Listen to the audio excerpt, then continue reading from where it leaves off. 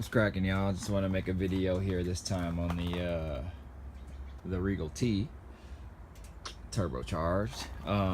So it's been a couple years since I've had the AC running. When I first got the car, the AC worked great, and then all of a sudden it had just went out on me, and that was a couple summers ago. So and since then I really never diagnosed it. I live in Washington State, and it doesn't get too hot here, but actually these past 2 summers, of course, when the AC went out on me, that's when I needed the most, and it's been really hot for here these past couple summers. But as you can see, I got the AC working, condensation on there, blowing cold, and it's working really good. It's blowing about 50 degrees right now. But I wanted to show you, there's tons of videos on how to do AC work or whatever, so I didn't really need to make one. However, I wanted to show you a problem that I had. So if you ever have these compressors, I think these are the old school R4 compressors, I believe they're called. They came in all like the mid-80s GM cars. So what originally happened was I had a leak in here where the manifold connects to the back of the compressor, the AC line manifolds, and ended up being, I think they were cracked, and they would never seal again even when I pulled the vacuum on it. So my buddy had these lines that he took off of his car that he said sealed good, and he went with some stainless steel lines, or polish line, excuse me, on his car, and on his Grand National, so he let me use these. So when I hooked these up, and I bought new washer, they're called seal washers. They look like washers, but they actually have an O-ring on the inside, and that's what helps seal the manifold to the compressor so you don't leak any refrigerant or oil. And I bought a set of those, and I put them on, torqued them down. I think there's a center bolt that torques the manifold down to the compressor, and that's supposed to be torqued to about 25 foot-pounds from my understanding. So I did all that, vacuumed it out, held a vacuum, recharged it, and what do you know, ended up leaking in the same area. And I'm like, what the hell? But as I was tightening it down, I did notice that a couple of the washers, they give you like 3 different sets and like 2 adapters.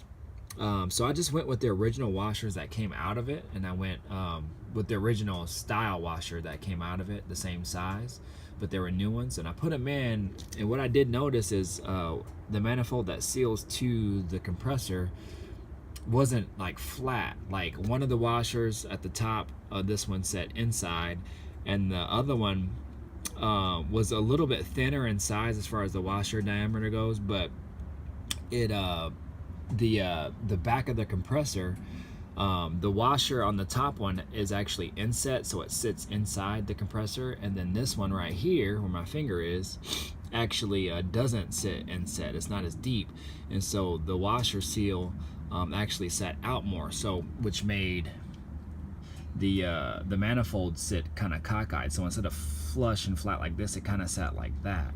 So it still held vacuum, but as soon as you put any type of refrigerant in it and added pressure on that, then it just started leaking out. So I went back to my kit, and I did some research, and some people on the forum that I'm a part of, the Turbo Buick forum, actually had the same problem. And one of the guys said that so they come color coded. They come with a green one, which is thicker, a red one, which is originally what came on it, that's a little bit thinner, and then there's a copper one that's a bigger washer that sits on the bottom. But the green and the red one go on the top, but the green one's thicker. So the guy said he ended up finding out that he had to go with the green one instead of the red one, and I don't know why the red one was originally on here, and that's just what I went with, and it ended up leaking. So long story short, if you do get a new seal washer kit for these type of compressors, then you might want to consider going with the thicker green one at the top and the normal copper style one. color one on the bottom, because that'll help the manifold sit a little bit more flush, and it's really hard to see because there's so much stuff down there. But now it sits totally flat, like there's no like torquing it down at an angle. Like if this is the manifold here and I'm sitting it to the compressor, it's really flat and not like that.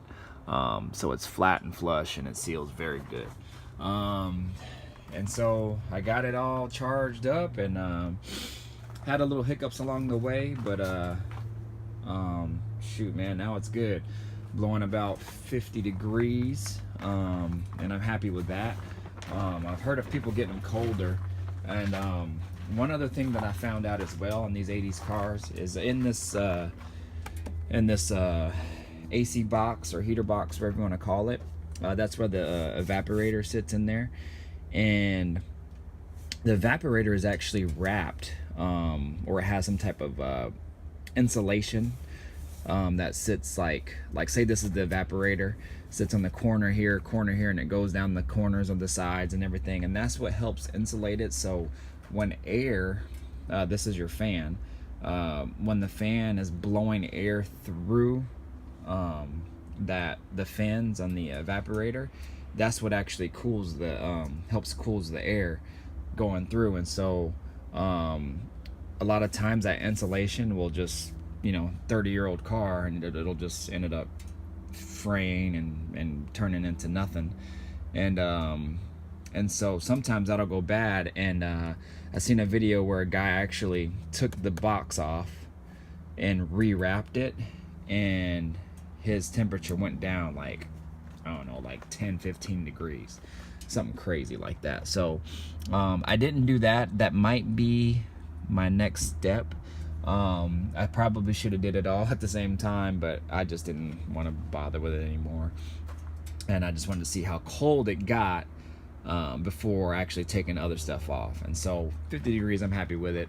That'll be another project another day. So anyways, y'all, just want to chime in. AC is now working on the vehicle, and I'm sure we'll have some more hot days coming up ahead, and I'll be able to enjoy this AC on this car.